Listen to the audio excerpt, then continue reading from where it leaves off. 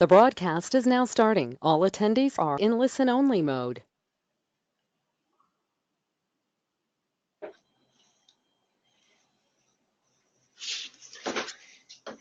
Hello everyone, my name is Kevin McCabe and welcome to today's webinar, which is hosted by the National Renewable Energy Laboratory. Today's webinar is brought to you by representatives from the United States and the National Petroleum Council and is titled, A Roadmap to At-Scale Deployment of Carbon Capture, Use, and Storage.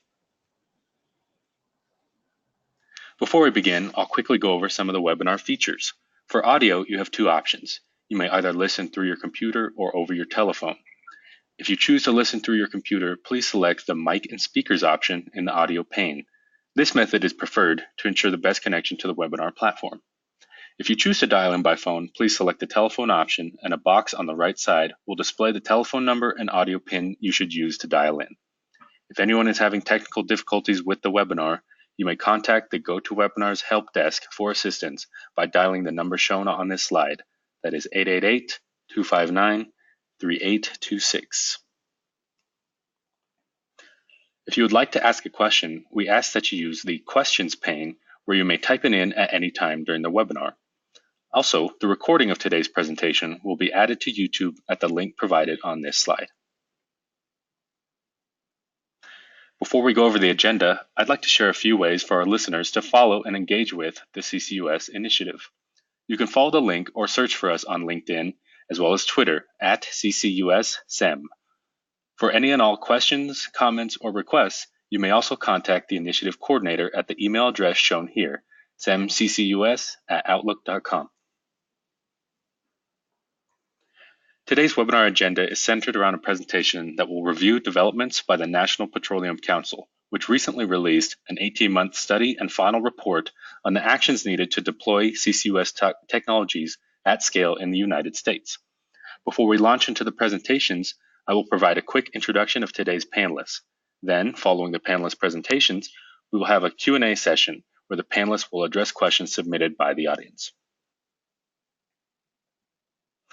Our first speaker today will be Jared Daniels, who leads the Office of Strategic Planning, Analysis, and Engagement within the United States Department of Energy, Office of Fossil Energy, including domestic programs and international engagements conducted in close collaboration with industry, academia, and multilateral organizations.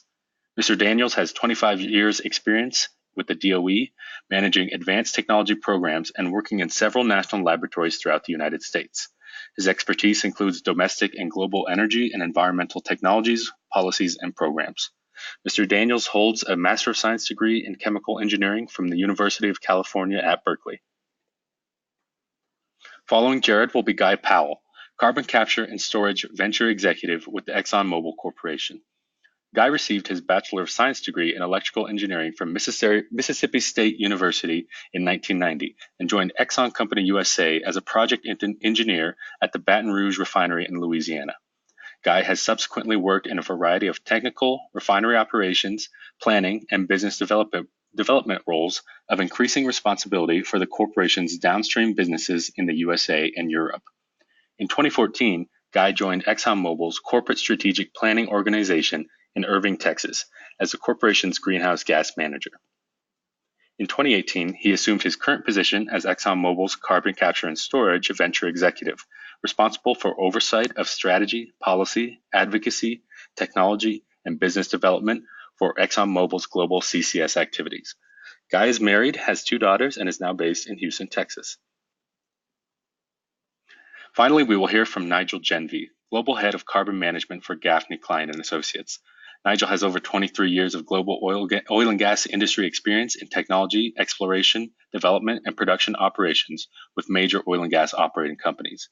He is an industry leader in carbon management and expert in carbon capture, use, and storage, having previously held roles such as the chair of the CO2 Capture Project, chair of the North American CCS Association, and program chair of the Society of Petroleum Engineers CCUS Technical Section. At Gaffney, Klein & Associates, Nigel leads the new global carbon management practice to help customers understand the wide variety of options available that will ensure continued business success through the energy transition. Nigel graduated from Imperial College London with a master's degree in petroleum engineering and from the University of Leeds, UK, with a bachelor's degree with honors in mining engineering. Nigel now lives in Houston, Texas, with his wife and 2 children. And with those brief introductions, I would like to welcome Jared to the webinar. Jared? Thank you very much, Kevin, and thank you all for joining us for the webinar today. I'll say a few words of introduction and then hand the presentation over to Guy and Nigel for the bulk of the material in today's webinar content. The National Petroleum Council is a federal advisory committee set up to advise, inform, and make recommendations to the Secretary of Energy of the United States with respect to any matter related to oil and gas. On the next slide, you can see that about a year and a half ago, almost 2 years ago now, in September 2017, the Secretary of Energy requested the National Petroleum Council to conduct a study. He asked them to define the potential pathways for integrating CCUS at scale into the energy and industrial marketplace here in the United States and more broadly globally. The Secretary asked the Council to consider the technology options and technology readiness levels, market dynamics and economic and financing issues specific to and impacting carbon capture, utilization, and storage.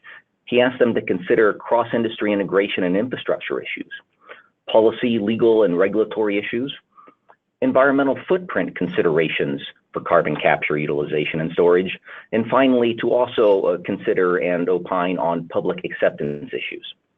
On the next slide, this basically boiled down to 5 key questions that the Secretary of Energy asked the National Petroleum Council to consider.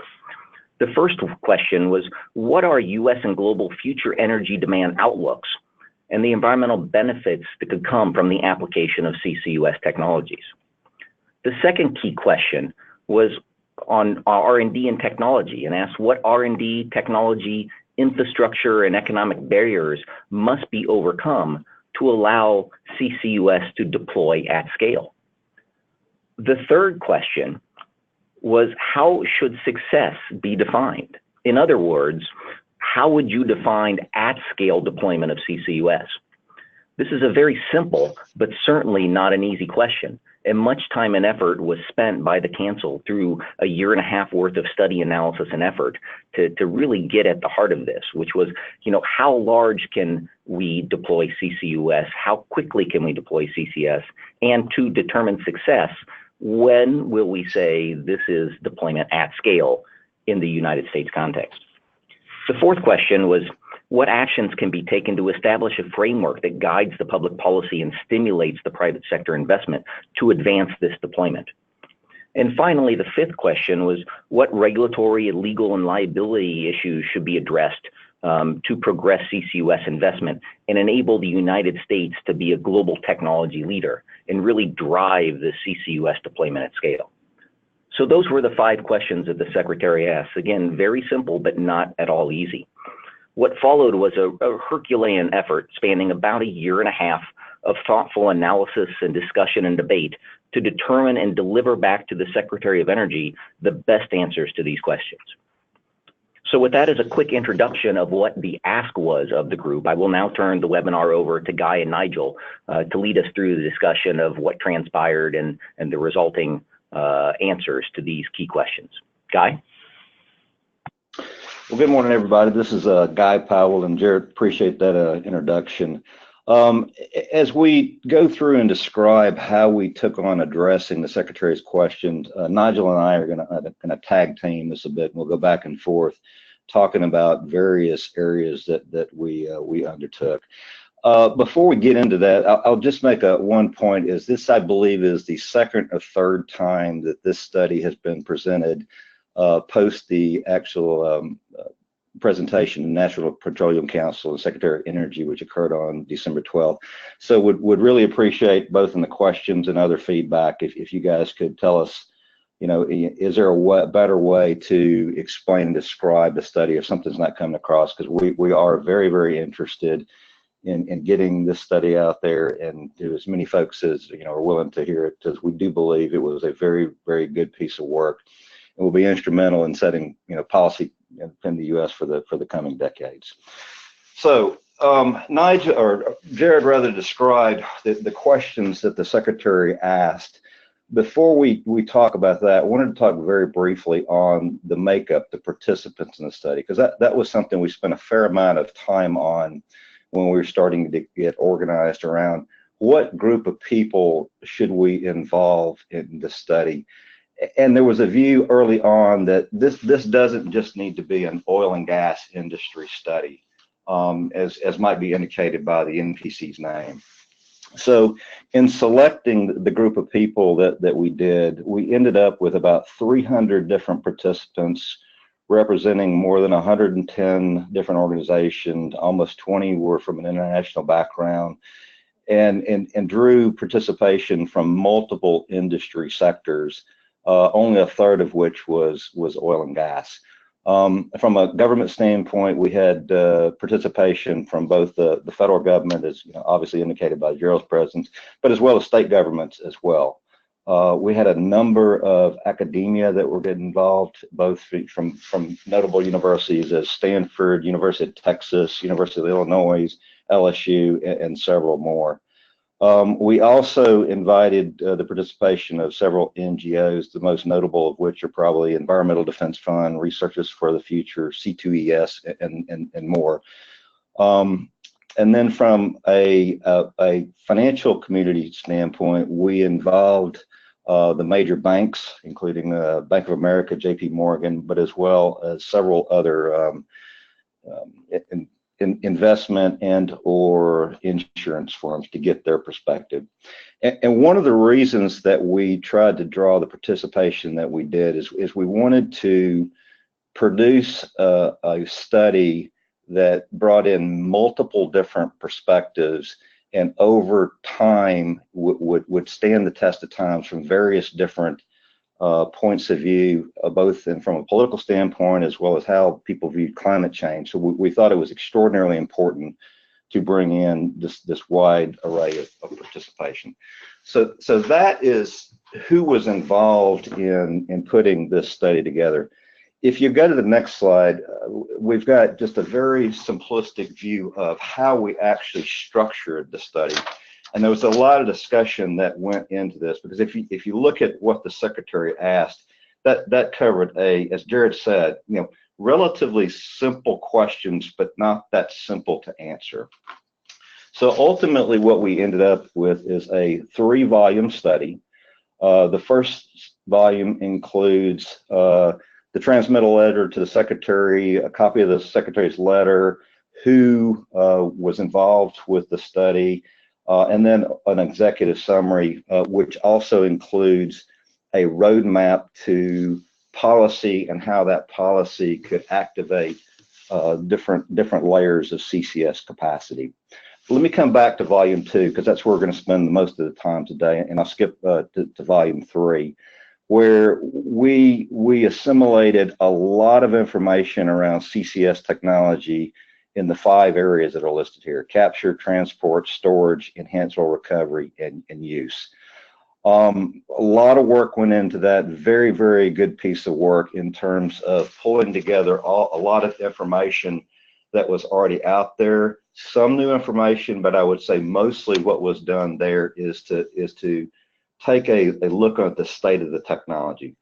But probably more importantly, within those technology areas, what those sections did is assess the technologies and then assess what needs to be done from a research, development, and deployment perspective to increase the usability and reduce the cost of each one of those technologies. And those recommendations ultimately fed into volume 2, which was what I would describe as, if you will, the heart of the study. So if you look at volume 2, it included a chapter 1, which is the role of CCS in the future energy mix. This is a relatively short chapter. It's only about 20-25 pages long, which describes how the study participants saw CCUS playing a role in the future energy transition, and specifically looked at the resources and capabilities that the U.S. has to develop the CCUS technology in a big way. Chapter 2, 2, 3, and 4 is what I would call the true heart of the study. Chapter 2 is it describes how we assessed the supply chains and economics of CCUS being deployed in the U.S. And ultimately what we did is produced a cost curve that described the cost of CCUS deployment for the top 80% of stationary emissions in the U.S. And Nigel will get into detail of the methodology that we used to do that. Chapter 3 then looked at the cost curve and looked at various policy recommendations that would be needed to activate, if you will, the less expensive tiers of CCUS deployment in the U.S. Ultimately, deploying with these policy recommendations about 500 million metric tons of year capacity in the next 25 years, which is the level that the study ultimately defined to be at-scale deployment of CCUS, which was one of the fundamental questions that the Secretary asked.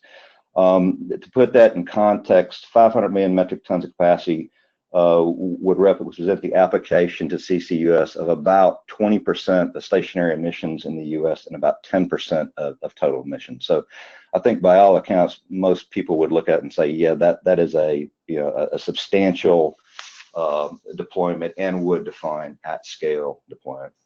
And then chapter 4 is a relatively short chapter. It's only about 20 to 25 pages long, but it does a very nice job at describing what needs to be done from a stakeholder engagement to incentivize further deployment of CCS, not only at a project level, but from a general stakeholder and population level, as well as what policymakers we would recommend to do. So this is how we structured the study. You look at it right here, it looks very simplistic, but we went through literally months of deliberations to figure out how to best structure the study so that it had the greatest impact. So with that, Nigel, I'll turn it over to you, or any other question or comments you want to make about this section, feel free. Many thanks, Guy. So this is Nigel Genvy, and good morning to everybody that's on the webinar. Go to the next slide. So as Guy said, one of the key elements of the study was to evaluate the current state of cost and economics to really derive the level of incentive and policy that's really required in order to get CCUS deployment at scale. We performed an ambitious, thorough bottoms-up analysis of carbon capture, use and storage cost across the largest sources of carbon emissions that comprise 80% in total of all US stationary sources. We knew that this was going to be a big task, but with inputs from various companies and organizations that Guy took us through earlier on, we've successfully delivered it. What it does and provides us really is the value of the incentives and the business case needed to enable deployment. The case for RD&D and technology and how this could lead to a reduction of costs in the future. We'll have a slide on that coming up. Input into the economic impact assessment with respect to what value does CCUS really provide to society at large, and specifically into the country in terms of jobs created and GDP, gross domestic product. By having an economic model as well, it also allowed us to assess the impact of various types of incentives to see what level of support they would actually, each one could credibly achieve. That included both tax credits, of course, production tax credits like the 45Q and improvements thereon, and also investment tax credits, lower cost of capital through private activity bonds or loan guarantees, and other financing structures that are available here in the United States to corporations, including master limited partnerships. As you can see from the slide, well, this is to really orientate you on the next few slides. We've got a scale here, X and a Y axis. And the Y axis really is there to represent the cost to capture, transport, use and or store 1 ton of CO2. Now that's plotted against the X axis, which is the stationary point source volumes emitted in the US. Total, you can see there on that scale, goes up to 2.6 gigatons per annum, or about half the total current emissions. And of course, as Guy mentioned, we ultimately defined CCUS at scale to be 500 million tons per annum of CCUS deployment. So each one of these calculations, the assessment we did was source, industry, and location specific. The costs and performance are based on nth of a kind technology implementation, but technology that's currently available and deployed at large scale. Transparent assumptions, of course, is key, leveraging existing studies and industry experience. And we basically used a common set of financial assumptions, asset life of 20 years, an internal rate of return of 12%, 100% equity financing, inflation rate of 2.5%, and a federal tax rate of 21%. We did that to ensure, indeed, open book transparency of the way that we've structured and analyzed our costs. Okay, next slide. So now we can see the cost curve has been populated. Those axes now have been populated. And what you can see is two things. Of course, the gray shaded area, that's the marginal cost curve, covering the largest 80% of stationary source emissions as of today. Now, it's a snapshot in time. This represents our view of cost today, as I said, with currently existing technology deployed in the nth of a kind type fashion. But also what this chart shows is there are three illustrative examples of stationary sources that we really want to kind of ground you and use to highlight how we've built up the rest of the cost curve. One is for ethanol fermentation emissions, one is for cement, and one is for natural gas power generation. The light red color you'll see in the bars indicates the cost of capture. The darker red color indicates the cost for both transport and storage stroke EOR use, enhanced oil recovery. Note that the width of the bar in these examples are illustrative. It doesn't really indicate the volume for each source, but of course it does within the gray shaded bar area on the slide.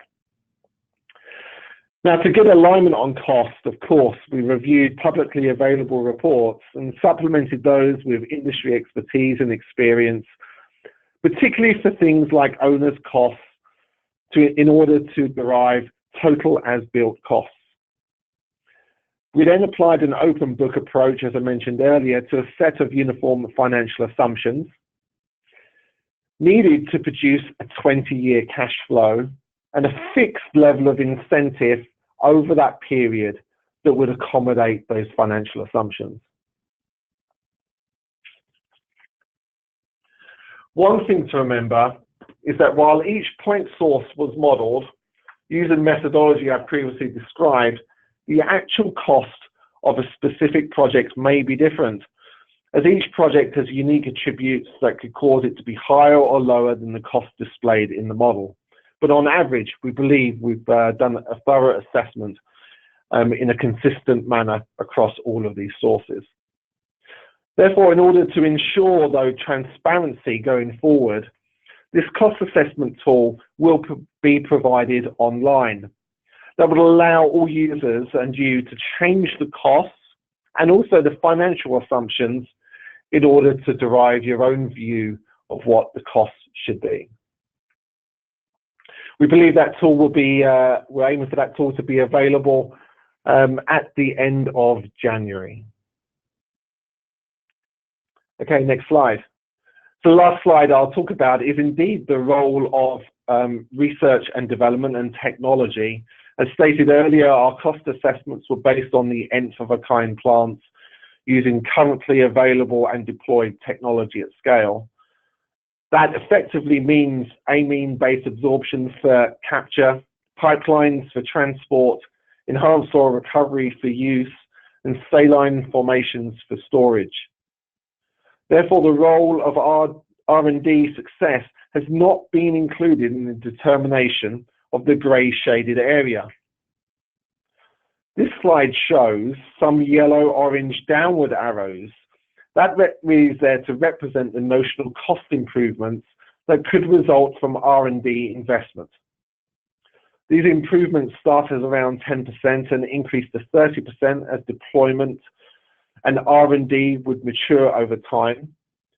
Albeit the grey shaded curve is a snapshot actually in time. A logical approach, of course, would be to start deployment with the lowest cost sources on the left and progress across to the right. As you can infer, successful R&D has the potential to reduce a significant amount of cost. And Guy will cover some of our specific recommendations later, but we believe that this could achieve a tenfold return over time in the amount of R&D investment. Okay, and that's taking you through the cost assessment, and I'll hand back over to Guy, who will take us through some of the phasing and the recommendations for each.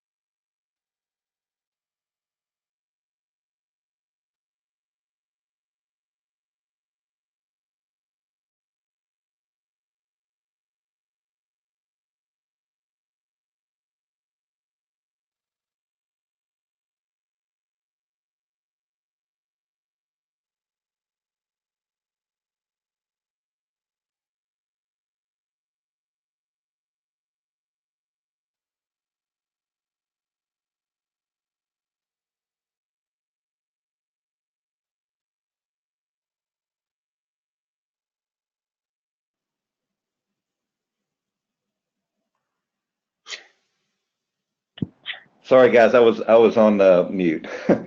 So if you look at the curve that Nigel had presented on the left-hand side, you see the dashed line which shows the current capacity here in the U.S., which is about 25 million metric tons a year.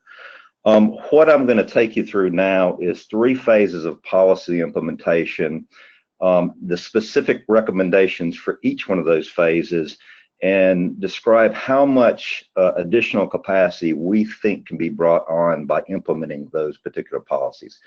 So the first phase we term the activation phase, and essentially we believe there by clarifying existing tax policy and regulations in the U.S., we believe an additional 25 to 40 million metric tons of CCUS capacity could come into existence within the next 5 to 7 years, effectively doubling or a little bit more of the capacity that exists in the U.S. today.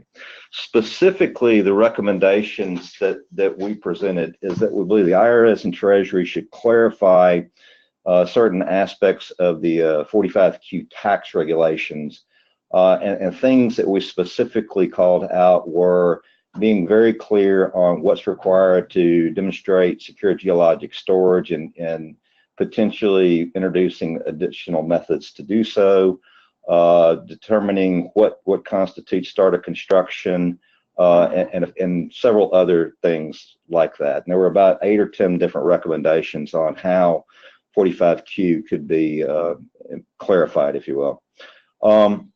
The second thing is that we believe that the agency should establish a process to enable access to pore space that's controlled by the U.S. government. Today, there is not such a process, and that in many circumstances can become problematic. And then the last thing that we recommended is that the EPA should shorten the period for Class 6 permitting and move more to a risk-based approach for certifying and permitting Class 6 wells. What I will point out here is in this activation stage, these are things that existing agencies can do within almost predefined regulations, and it doesn't necessarily require any congressional action. So the thinking here was, let's go after the easiest things first and things that we can do very quickly. And as I mentioned, if these things are done, we assess that an additional 25 to 40 million metric tons could be enabled in the next 5 to 7 years. So if you go to the next phase, which we term the expansion phase, you'll notice that the list of recommendations is much longer here. You'll also notice that within this set of recommendations, we have some suggestions for Congress. And I won't go through all of these, but this is a phase where we believe the existing 45Q tax credit could be extended and expanded. There could be access given to other type incentives like 48A/B tax credits, which are investment tax credits. Could extend the use of things like MLPs, private activity bonds, and other government funding mechanisms. Increase support for well permitting, and include the ability to store CO2 in federal waters from all CO2 sources, which is currently not allowed. And then you'll see a list of things that we also recommend that the agencies would do, from pore space access to addressing issues around long-term liabilities. Yeah, and so it's a fairly exhaustive list. If all of these things were done, we believe that additional 75 to 85 million metric tons of capacity could be incentivized, bringing the total at that point up to around 125 to 140 million metric tons. The other thing that I'll point out here is you'll notice that there's a fair amount of congressional action and a fair amount of agency action. What we're trying to do in this phase of the implementation is to effectively develop a durable legal and regulatory framework that would give investors confidence that we had all the things in place, beyond just incentives to make CCS doable in a big way in the U.S. If you'll then go to the at-scale phase, which is the final phase, you'll notice here we only have one recommendation, is that we believe under this regime that Congress should put policies in place that would in aggregate amount to an incentive of between $90 and $110 a ton. At this level, we believe the additional 350 to 400 million metric tons could be incentivized, and this would bring the ultimate deployment in the U.S. to about 500 million metric tons, as we've said, which we define to be at scale deployment.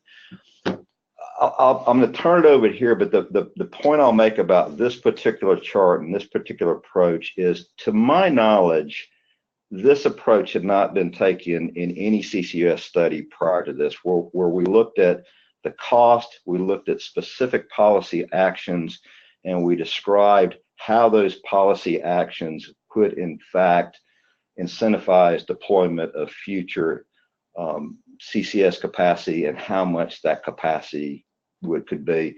And so as I thought about this study, it struck me as this is probably the differentiating feature of this study versus some of the others that might have been done in the past.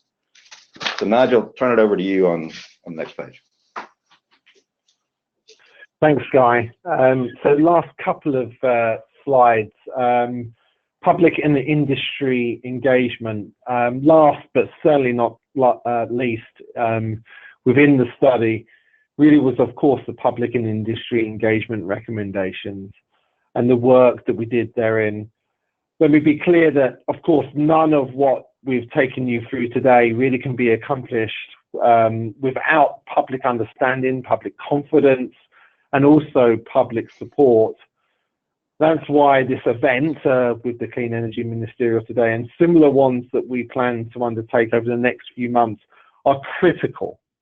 And we need your help as CCUS ambassadors really to pick up the document, understand its application, and really to go consider implementing it, of course, within the United States for those that are online, but also think about taking this type of approach and looking at deploying it elsewhere around the world as well. The report recommends that the oil and gas industry play, of course, an integral role in the future of CCUS deployment, given its relevant expertise, its capability, and of course, resources. Collaboration, though, between organizations, sectors, not just the oil and gas industry, and countries is vital, highlighting the role that, of course, the Clean Energy Ministerial CCUS initiative plays in this regard.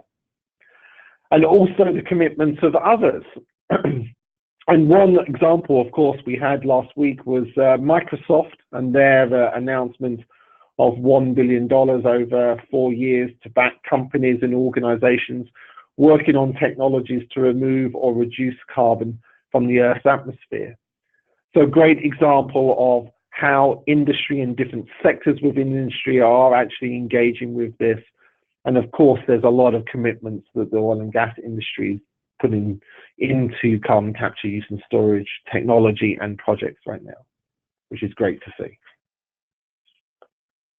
Okay, and then the last slide then really just leaves you with our key messages. So we think this report tells a great story, underpinned by technical and economic analysis. We've taken you through some of that today. And the experience and expertise of over 300 people that contributed to it from a diverse set of organizations. We think it is different to what has been produced before, as Guy mentioned. We hope that it will make a difference, not just in the US, but globally.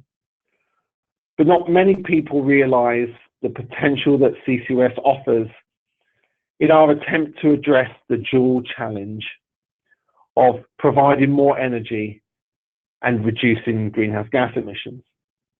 We therefore need your help to build that public support. I just mentioned, so please take these materials, use them, and help develop your own story in a manner everyone will understand, like our key messages on this slide. The CCUS refers to the complete supply chain needed to capture, transport, and permanently use or store CO2, eliminating it from the atmosphere. All credible future energy scenarios recognize that fossil fuels will remain part of the total energy mix for the next several decades. CCUS is therefore essential to addressing the dual challenge of providing affordable, reliable energy to meet the world's growing demand while addressing the risk of climate change. The United States is the world leader in CCUS and is uniquely positioned to deploy the technologies at scale.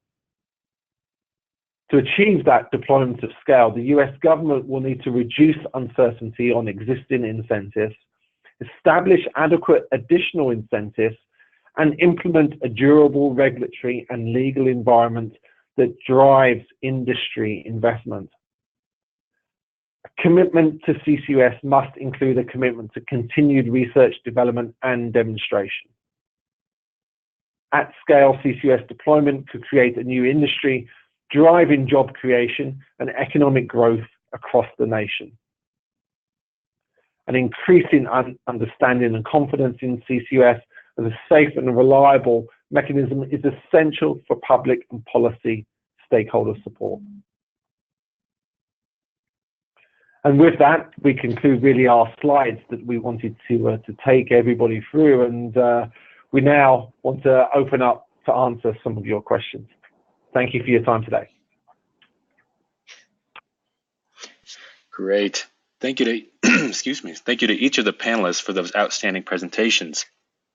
As we shift to the Q&A, I would like to remind our attendees to please submit questions using the question pane at any time. We did receive quite a few great questions from the audience that we'll use the remaining time to answer and discuss.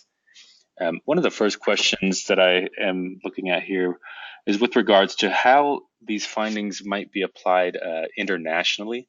Obviously, this is a US specific study, but wondering, some of the methodologies, some of the findings, how those could apply to other countries or at a global scale.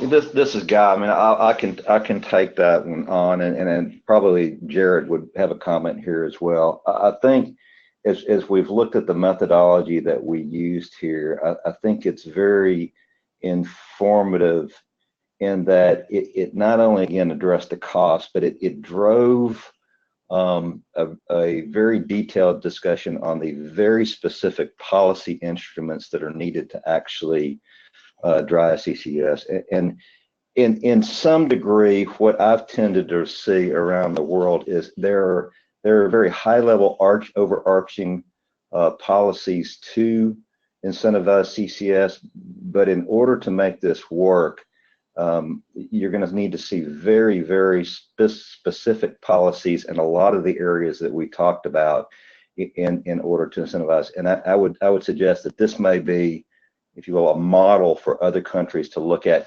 Not necessarily that they would follow this exactly, but it becomes an approach that they could use to assess their regulatory regimes, their economics in coming up with a similar type approach.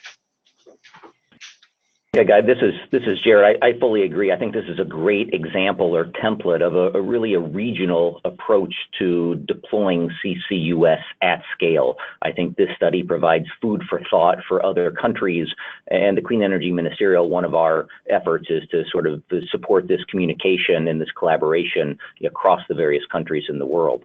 When you look at this study, it's really a vision and a strategy for broad CCUS deployment. And at the end of the day, you realize it has to be material and rational and realistic in the assumptions that are made. It's very important to understand the scale of the problem. And so a lot of the underlying data that Nigel and Guy talked to here, of course, is going to vary from country to country or region by region. The distances are involved are different. The costs to do work in those various countries are different. But I think this presents a very good template of a very strategic methodology that others can take to heart and then perhaps replicate or utilize in their own country's context. It also provides a nice template for an effective way to communicate complex multivariable problem issues like a CCUS value chain from capture to transportation to storage or end use simply and effectively. And so our sincere hope is by getting the word out and talking about this study, we can help others think about how to do that in their countries or their regions as well. Great, thank you. And Jared, just continuing along some similar lines there, how would you describe the way that this study was received by the Energy Secretary? And were there any particular points that were raised that might illuminate the audience to how this might be received more generally? Yeah, so it was received very warmly and with great appreciation. The Undersecretary had the leaders of this effort come on in and give him a private briefing after this was publicly announced and delivered to the Secretary formally on December 12th of last year. There is keen interest. My office here just got a request last week, in fact, from the Undersecretary to say, hey, give me some more information and the next level of detail about the specific recommendations that this study has. I think one of the best points of this study is it takes the collective wisdom and a year and a half work of debate and analysis and discussion across over 300 people, not just from the industry, but everything that touches CCUS.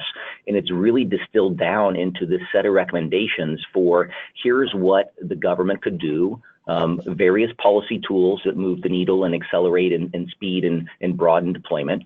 Here's what the industry is ready to do.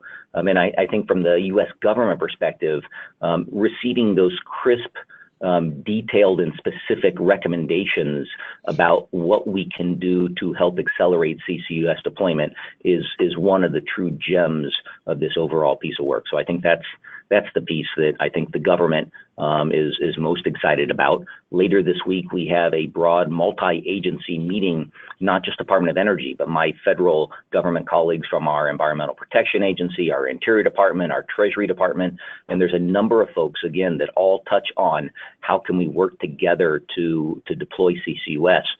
There's an extreme amount of interest in the results and recommendations out of this study. Great, thank you. Another question related to access. from our audience, do you see transport and storage facilities as perhaps eventually open access infrastructure to be used by many individual capture projects?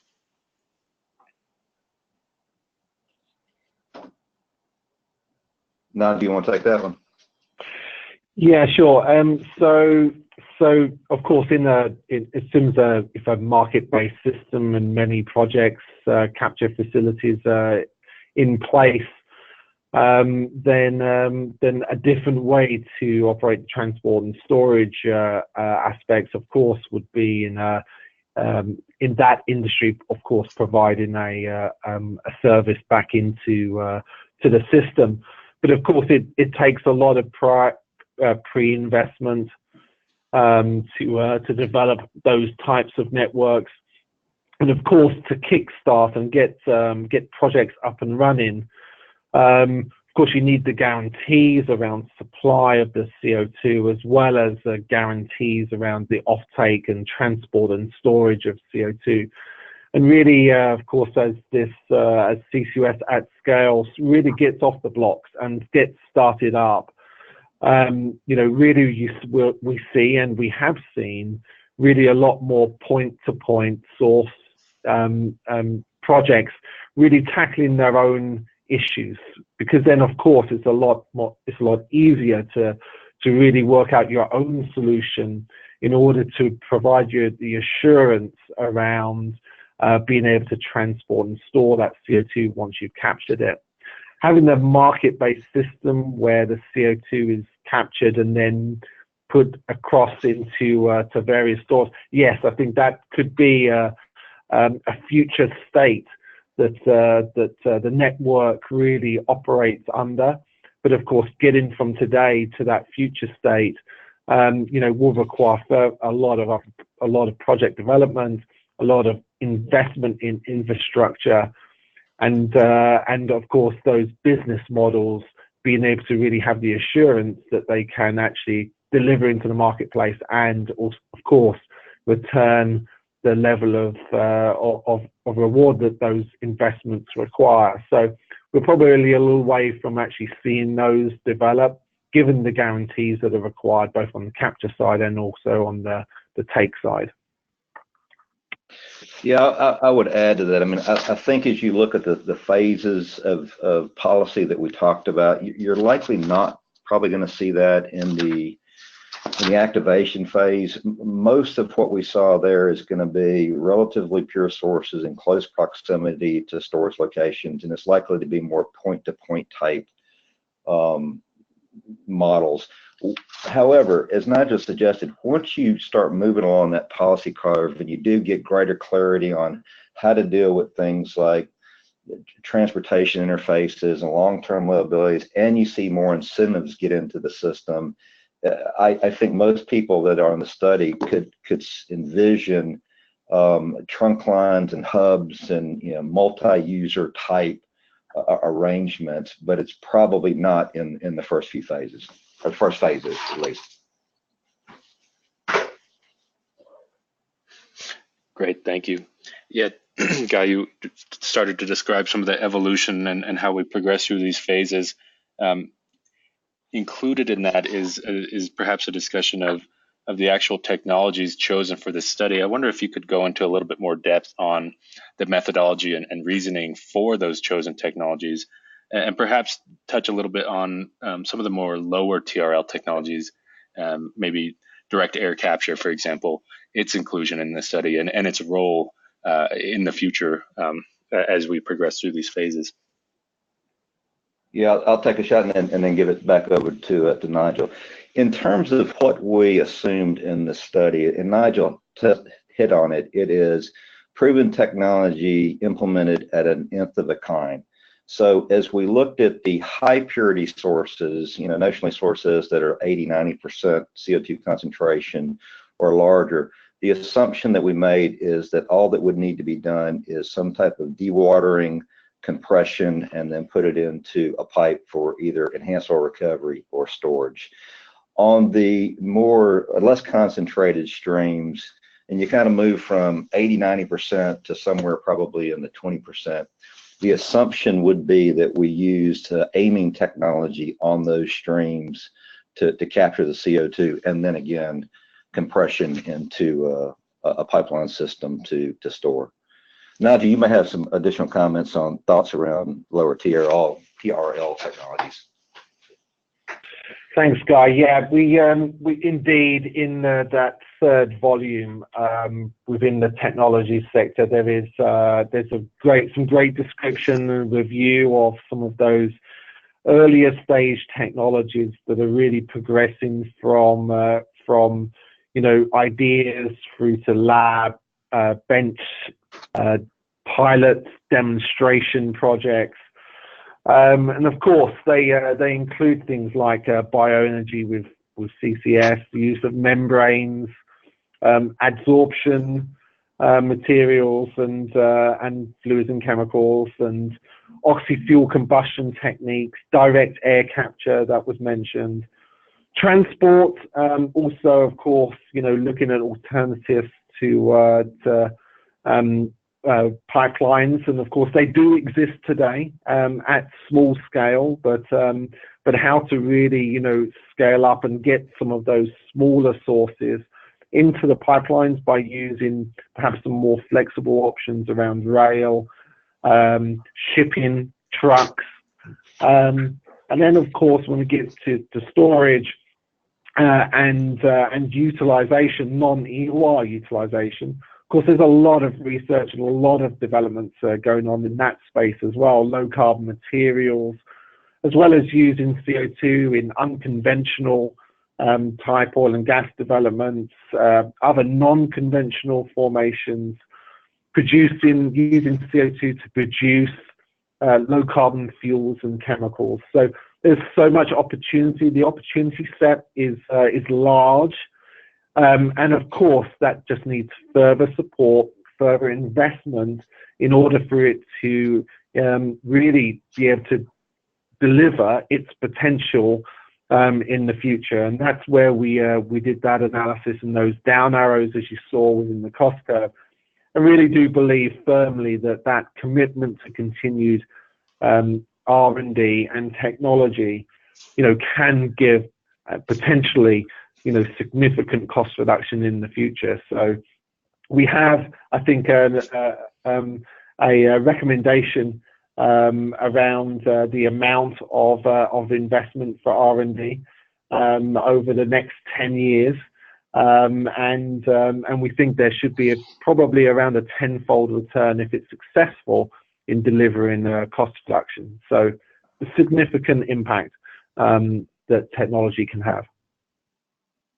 Well, one of the ongoing debates that we had amongst the participants of the study is how aggressively should we show improvement in cost as a function of technology, and we did include some, but ultimately we decided to go with aiming technology at nth of a kind deployment.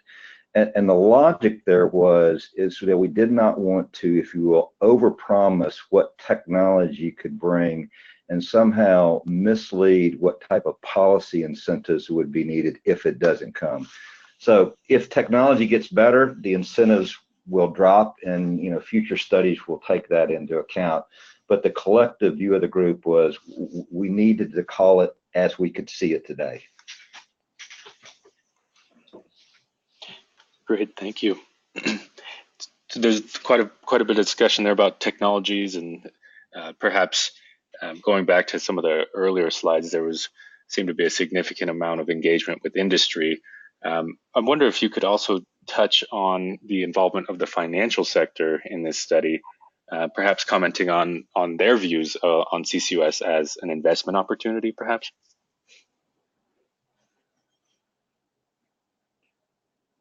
Nigel, you were probably closer to that one than I was. So you might want to comment there. Yeah, I think, of course, the financial industry, does see, and of course, there's a lot of investment, a lot of that's gone into other clean energy technologies by the financial community, and of course, a lot of funds are going into green and sustainable finance area. And of course, there is a carbon capture, use and storage really is one of those clean energy technologies that really that can deliver a lot of those global objectives. And of course, having an investable project, really, providing clarity and certainty and guarantees around that was really, I think, what the financial industry really wanted to be involved and understand. From some of the major companies, equipment providers, procurement and construction companies, as well as the operators of and different industries within the operations, to get their viewpoints of how credible are these technologies today. And of course, there's a number of large-scale, commercial-scale operations globally proving that this can be done. But how much more can be done today, and what is required in order for really it to be investable? That's what they wanted, I think, to get insights on. And of course, we provided that by having all of the various participants included in the study. And I think they indeed see if there's a demand for the within the marketplace, if there's sufficient incentives. The technology is available today. Yes, there's technology improvements that can come tomorrow, but it can be done today, and therefore it can be investable under certain circumstances. And of course, yeah, they are there to look at how do we actually make that that money, that pool of capital, available. They were also very helpful in taking a look at existing structures like master limited partnerships, issuing private activity bonds. How do you deal with tax equity issues? Because these guys had a lot of experience, and not just oil and gas, but their experience in the renewable sector as well. So just brought that feature and that understanding to the work we were doing. Great, thank you. In the interest of time, I think we'll have to move on. Thank you again to the panelists for that informative Q&A session. For any questions that we didn't have time to get to, we will connect with those attendees offline after the webinar. And so as perhaps a closing statement, if you will, I'd like to provide each of the panelists with an opportunity to provide any additional closing remarks before we close the webinar. Perhaps thinking too towards the next step, how do we keep the momentum of the study? How do we ensure that it inspires action? So this is Guy, and I think not. Good, sir. Go ahead, Guy. Good. So I think Nigel made this point earlier, and I'll couple it with something I said. This is kind of the first or second time that we've actually presented this study to an audience like this. So what we're looking for is feedback. Is how can we better describe what the study did based on your knowledge and understanding of it. And then second of all, the point that Nigel makes is we are looking for champions in the CCS area. So to the extent that this study can be used and helpful, please use it. We're very enthusiastic about it, but as Kevin says, we need to keep the momentum going.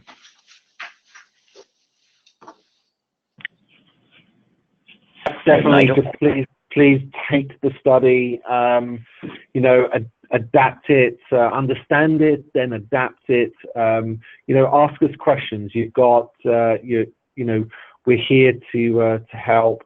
And so yeah, please reach out, provide us input on your thoughts today.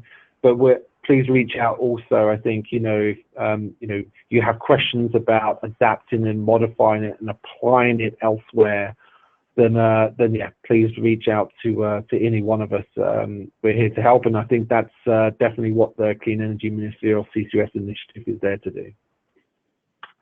Absolutely. This is Jared Daniels again, and on behalf of the U.S. Department of Energy, we again thank the National Petroleum Council for all of this time and effort and the work in this study, a 1.5 year effort spanning over 300 people, as was mentioned. This is a tremendous amount of work and analysis, and it's all publicly available. So it's a great resource that can inform anybody's conversations, and we're extremely helpful. As was already said, again, facilitating these types of conversations is what our Clean Energy Ministerial CCUS initiative is all about.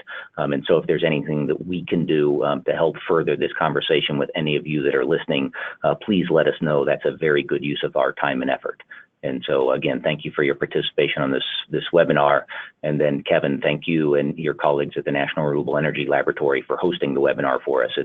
It's a wonderful facility across the Clean Energy Ministerial to host these types of conversations with a very, very broad audience. So thank you. Certainly, it's our pleasure. And so to close one more time, if you'd like to learn more about the initiative, please reach out at the email displayed on the slide. For other news and developments, follow us on LinkedIn by following the link displayed here and on Twitter at CCUS-SEM. Before we conclude, the CCUS initiative is excited to announce that our colleagues in China will be hosting the next webinar on Thursday, March 5th, at 8 a.m. Eastern, 1400 Central European Time. A formal announcement will be released via LinkedIn, Twitter, and various email listservs in the coming months as well. We look forward to providing yet another exciting opportunity to hear about CCUS developments and progress throughout the world. One more time, I'd like to extend a thank you to our panelists and attendees for participating in today's webinar. We very much appreciate your time and hope in return that there were some valuable insights that you can take back to your various organizations. Please enjoy the rest of your day, and we hope to see you again at future CCUS events. This concludes our webinar.